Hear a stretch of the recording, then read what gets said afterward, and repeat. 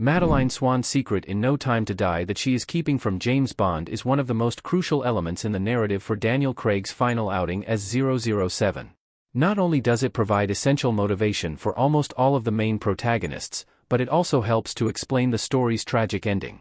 However, although the secret is undeniably provocative for the Bond franchise, there are elements of it that are left up to the audience's interpretation, ultimately making it even more compelling.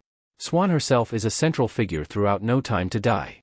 The movie delves deep into her backstory, beyond what was already established in the previous film, Spectre. In the opening moments, a young Madeleine sees her mother killed by a masked assailant, later revealed to be the main antagonist, Cypher Safin.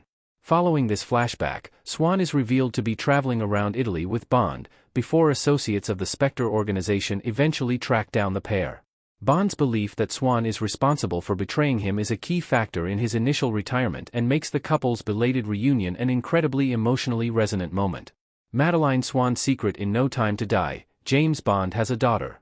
The reveal was a shocking one for the franchise. Swann's secret is a subject of intense speculation throughout No Time to Die. After the opening moments, in which she and Bond travel to Italy, it is implied that she may be keeping something back about her relationship with the Spectre organization, explaining why Bond feels that he has been betrayed. However, it later becomes clear that her oft-alluded-to secret is actually a daughter who lives with her in the same secluded cabin in which she grew up in Norway. The reveal of Madeleine's daughter is especially shocking, considering the numerous references made to her secret by some of the film's major villains. For instance, during his interrogation with Bond, Spectre chief Ernst Stavro Blofeld warns that, when her secret finds its way out, it will be the death of you. Given Bond's misgivings about trusting Swann after the film's opening moments, the initial suggestion is that the secret is a more explicit link between her and Safin. As a result, the revelation that she and Bond actually have a daughter becomes doubly shocking. However, despite the couple's clear bond, Madeleine Swann spends much of the movie lying to the former MI6 operative, specifically about the nature of his relationship with her daughter. Although it later becomes clear that Swann's child, Mathilde, is also Bond's, she initially denies the claim. Why Madeleine lies to James Bond about Mathilde being his daughter? Past trauma, mistrust, and love led to Madeleine keeping the secret. Léa Seydoux as Madeleine Swann crying in James Bond No Time to Die. Despite the seemingly clear resemblance between Bond and Mathilde, Madeleine initially denies that she really is his daughter. Although this might initially seem confusing, there are several reasons why this approach actually makes perfect sense.